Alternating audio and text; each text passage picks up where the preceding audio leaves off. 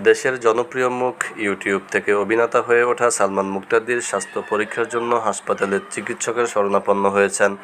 একটি বেসরকারি হাসপাতালে থাকার কথা জানিয়েছেন সালমান মুক্তাদির।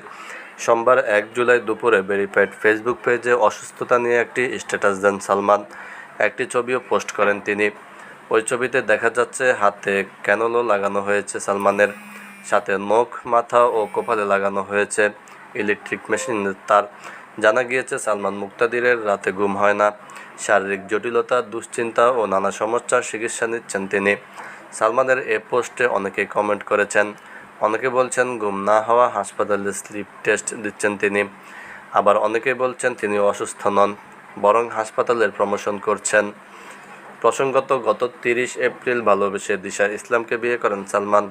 ক্যামেরার সামনে বিয়ের পর তাদের সুখী দম্পতি হিসেবেই দেখা গিয়েছে। এসবের মাঝে হঠাৎ নিজের শারীরিক জটিলতা ও ঘুমের সমস্যা জানান দিলেন এই ইউটিউবার।